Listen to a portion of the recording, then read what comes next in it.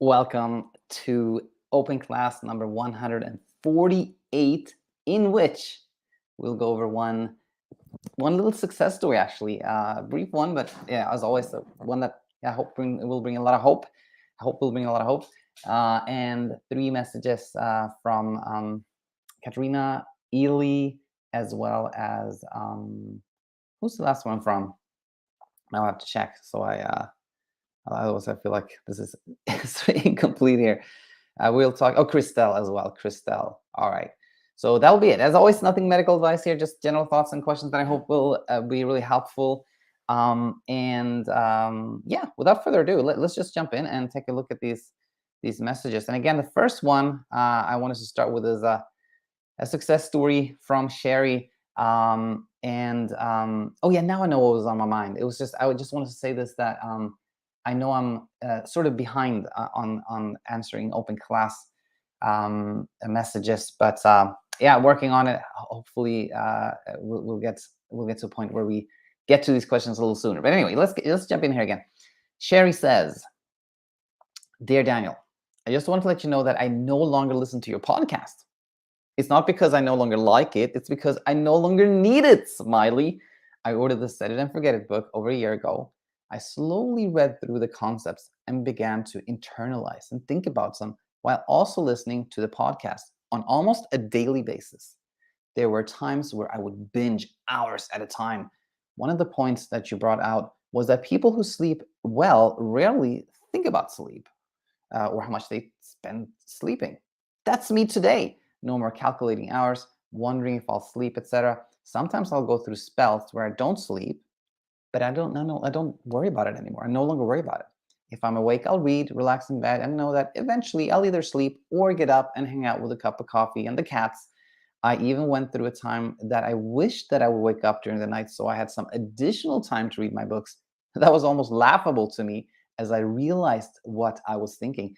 I cannot thank you enough for the material that you have produced and are willing to share with all who read your books and listen to your podcast. We've bought your book for friends, talked about your principles, and put them into practice. It truly has changed my life. Thank you so much, Shari. This is just very, very amazing. This is wonderful. I'm so glad reading these lines.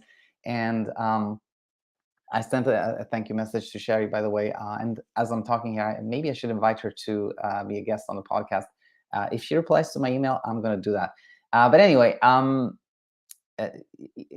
apart from this being a nice and hopeful message, the thing I want to point out is that, firstly, as you can tell, Shari bought Set It and Forget It like a year ago and slowly went through the concept, listened to the podcast. You can tell that this was not something that happened overnight.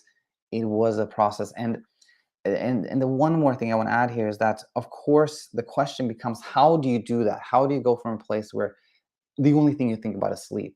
You want to sleep, you hope to sleep, it's on your mind all the time, to a place where you don't really think about it anymore.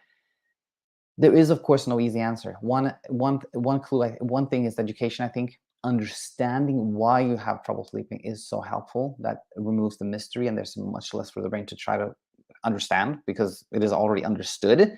And then also, concepts like self-kindness, not being hard on oneself. But ultimately, there's also this mystery. There's always a little bit of mystery. Often you want to understand what exactly makes us go from understanding it in our minds to this translating into change. And there will always, I think, be a little bit of mystery there. It is a subconscious process. By learning, by hearing other people's stories, that process takes place subconsciously. And the tricky thing is that when we try to push it, we're like, I want this to translate into change now. It takes a little longer. It's a little harder. But when we see that it is an automatic process, it happens as I read and learn. I think that really helps. So I want to thank Shari for sharing this. Hope is one of those commodities we can't have enough of. So really, really glad to read these lines. All right, let's go to Christelle's message. She says, "Hello, Coach Daniel. Thank you for your supportive insights and teachings anytime. So glad you're here. I've been struggling with insomnia since 2017. My focus was always on sleep. Will I sleep well tonight? Why can't I get refreshing sleep like others? Why am I the only person struggling? Why do I wake up earlier than expected, etc. Once I've begun watching the videos on your channel, I had an aha moment. I'm still in the recovery period. Of course, worry of not sleeping has not been dissolved completely yet, but I want to ask you about the worry shift that was made. The shift was made towards my palpitations and my heart health now. Every time I feel the palpitations, I think that I'm hurting my heart, and it's because of me and my worry that I may have heart problems. This issue is giving me arousal and is keeping me up in the beginning or in the middle of the night. I feel guilty. I'm sure that the palpitations aren't healthy and will do anything to stop them. The heart will be tired of beating this fast. I thank God and you that I'm not in the rabbit hole anymore concerning my insomnia, but I have entered another hole. I just want to feel free once and for all from all my worries and fears, but my brain is always shifting his focus to something. I have had 2 nights of insomnia because of my worry from palpitations and not because of my worry from sleep. Thank you for your advice, Coach Daniel. Christelle, I want to thank you so much for submitting this very, very insightful question here. And before I forget it, I want to say that if you go on YouTube and search Insomnia Insight, the type 2 error, or maybe it's Insomnia Insight, the type 2 concern or something like that, you will find what I'm about to share here in more detail. But the question here is like, why is it that the brain is always like finding something new? You know, like when we stop worrying about being awake at night, it goes to something else. And I said always, it doesn't always do that, but often the focus goes from like, okay, I'm not sleeping. Okay, I understand that now. That's not a threat, and you start sleeping well. But now there's these palpitations, and let's say maybe the palpitations somehow are resolved. Well, then it's my digestion that becomes the focus.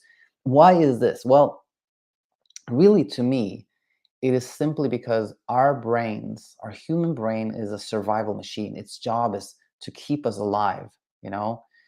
And when it, for some reason, has been in this mode of like the survival mode, and it's found, let's say, insomnia to be something to keep us safe from, and we understand that, oh, that's not actually a threat. Well, it's still been in the survival mode for so long that it naturally looks for something else. But okay, that's not a problem. What else could be a problem? What else could be a problem? Oh, palpitations, the heartbeat. My heart is beating really fast.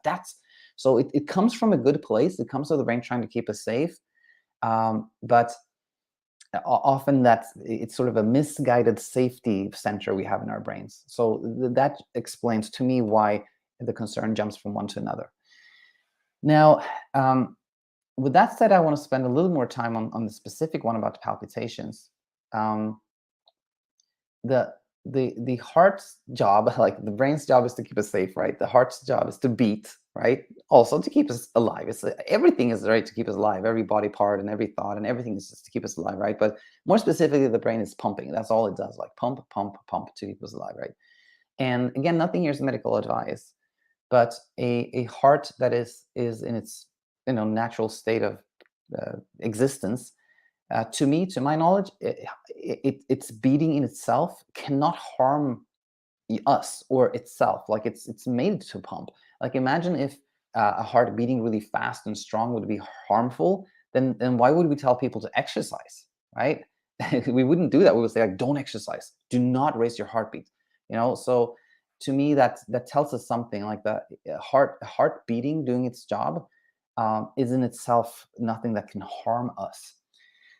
Now, one of the reasons, or maybe the reason, that palpitations can be so scary is that they are out of context. If we use the example I brought up of exercising, and you think of somebody who's playing this intense game of basketball, right? They're playing, and the heart is beating fast, partly because of the physical exercise, but also the emotional thing. Like, oh, what if somebody steals the ball? No, that can't happen. You're scared of them stealing the ball. Then you're excited when you get a shot. And you're like, oh, yeah, I made a shot, yes. If you imagine like you pause in that moment and see if your heart is beating fast, it surely is. You have quote unquote palpitations. But why is it that nobody's playing intense game of basketball and thinks like, why am my heart beating so fast? Why is my heart beating? Because we're expecting it to beat fast.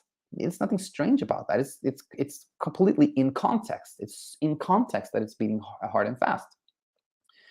But we can see that even during a game of basketball, or let's say watching a scary movie, it's our emotions that create that fast and the fast heartbeat, the palpitations. And when we see this, we can see that when I'm just sitting, not doing anything special, and my heart is starting to beat really hard and fast, and that makes me scared. And then because I'm scared, it beats even faster, and then I become more scared. We can see that it's a loop that can feed itself, and we can also see that uh, the reason it's so scary is because there's no apparent reason for the palpitations. There's no, like, we're not playing basketball, we're not watching a scary movie. They're just starting to happen, the palpitations. But oftentimes we can see, if we really look kind of inside us, that there was a fear. There was something we were scared of. There was some worry thought there that triggered sort of the first palpitations, and then that triggered a cycle. Sometimes that thought is not clearly visible to us, but in time we can start seeing it. And when that and we see that, aha, my heart is beating fast, actually not because of there's no clear external context, but there's a clear internal context. It's not strange that my heart is beating fast because I've been worrying about the heart beating fast or something else, right? Then when it's in context, then we can have the palpitations and they don't scare us. We have these palpitations and we're like, of course I have them. I'm a bit scared. That's all. And then that can help with that. And I think that the more we see that the focus shifts from insomnia to the palpitations to something else, but the sooner we see that, the more accepting we are of the discomfort, the more we are like, there's nothing really here harm. There's no real harm. It's all perceived threats. We can see through all of it, and things can become more and more peaceful. So, Christelle, I hope that made sense. And we have a live question here from Ojazby. Hi, sir. My mind fears the process of falling asleep. It gets rigid and does not let loose itself. I don't know why it fears. I'm also extremely confused about the process of falling asleep. Any help? Why, this is quite remarkable, actually, Ojazvi. If you're there with us live, let us actually jump to the last of the questions I had for today's open class, and you'll see that it's very, very similar. So let's jump to Katarina here. Hi, Daniel. I've been watching your YouTube videos for a while now, and you've been a tremendous help. I had an insomnia relapse just at the start of this year, and now I've been sleeping well for the past couple of weeks. Here's the but. Still, even after a very good night of 7 hours sleep or so, the thought that I don't know how to sleep, that I cannot control falling asleep, and don't even remember that exact moment I fall asleep, makes me anxious. I know that no one really knows how to sleep, and it just happens. Would you have any advice, please? I feel like I have to overcome insomnia. I feel like I have overcome insomnia, but not my worry about it. I would appreciate any feedback.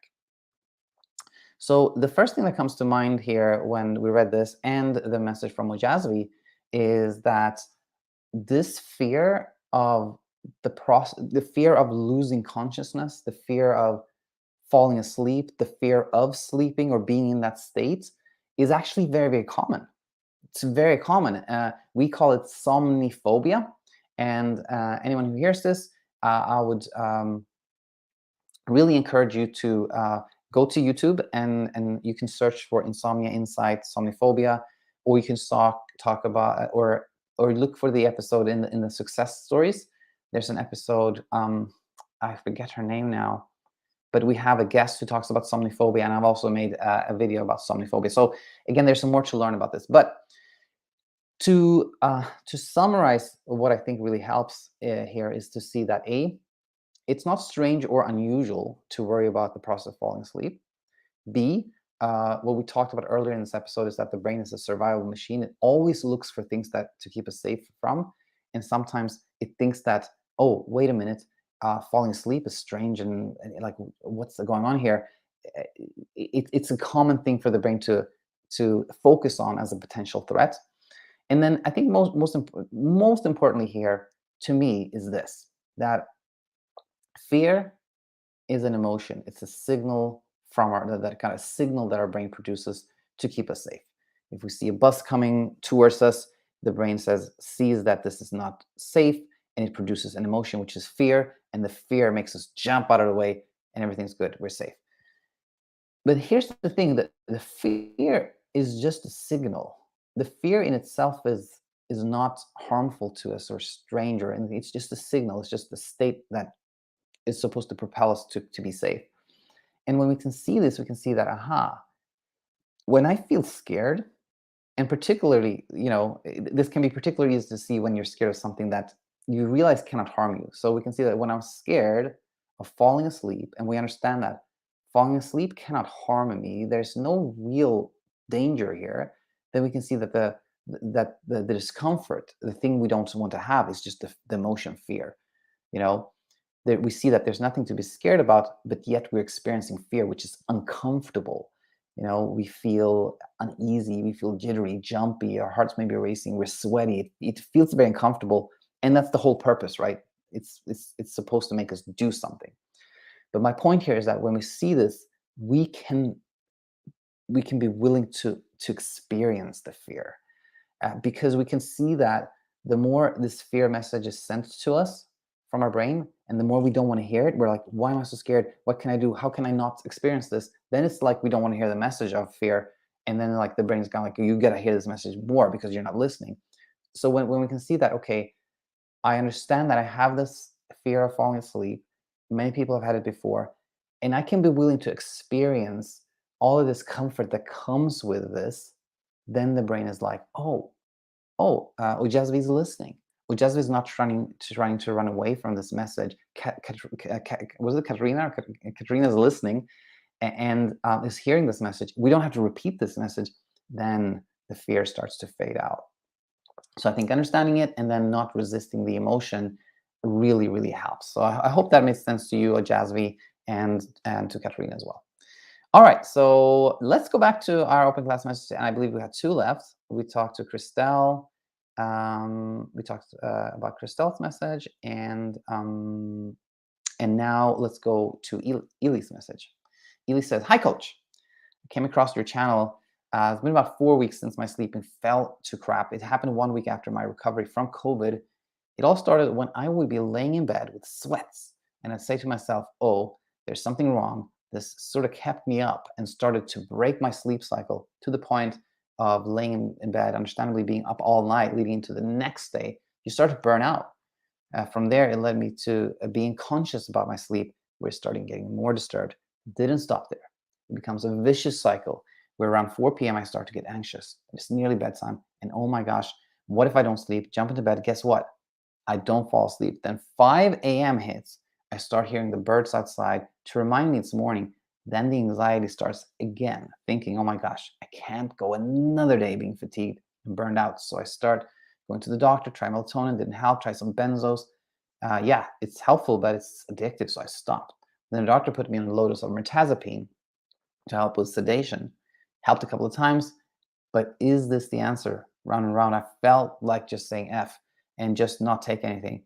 Then I think, oh my gosh, maybe my mind has taken over and it's locked into the mode of never sleeping to the point I just have a heart attack and die because I'm not switching off and sleeping. It goes around and around. So yes, Elie, I want to say first of all, Ujazvi, I'm so glad that it helps, and thanks for being here. All right, so back to Elie. I want to say first of all, sorry, of course, to hear about the struggle. And this message came a month ago. I hope things are easier already. But the first thing that comes to mind here is that you're describing in such a classical way how insomnia starts. There is an initial stressor, having COVID, you're sweating at night, and it's very natural to not sleep well when something like that is happening. That's the sleep disruption. Then comes that time where the brain identifies being awake as a threat. Something is wrong. I'm not sleeping. Why is that? The brain is this safety machine again, and when it has identified being awake as a threat, and it starts, and then it wants us to not have that. Like it wants to get away from the threat. It goes like, we can't be awake. Being awake is not good. That's a threat. We have to do something to sleep. And then we're in this cycle where the more we try to sleep, the more we maintain this idea that not sleeping is dangerous, and then that keeps us awake because our natural response to something scary is to be awake because the brain doesn't want us to sleep when there's danger. But when the thing that is supposedly dangerous is being awake, well, then it becomes really tricky because the brain keeps us awake because it is afraid of being awake. And the more things we try to not be awake, the more we just reinforce the idea that being awake is a threat. So that's why so often somebody tries melatonin sleep hygiene, night curtains, going to bed very early, spending long times in bed, and things just get more and more and more tricky. So I really think that for someone like Elie here, just listening to the success stories, and also that this is not a playlist, both of those playlists, success stories and this now is in the description and in the video, that can really help. Once you see it clearly, like, aha, I know why this is going round and round, I know why this cycle is happening, then we can slowly leave the cycle. And one little practical thing that I think can help for anyone is, if you start feeling anxious at 4 p.m.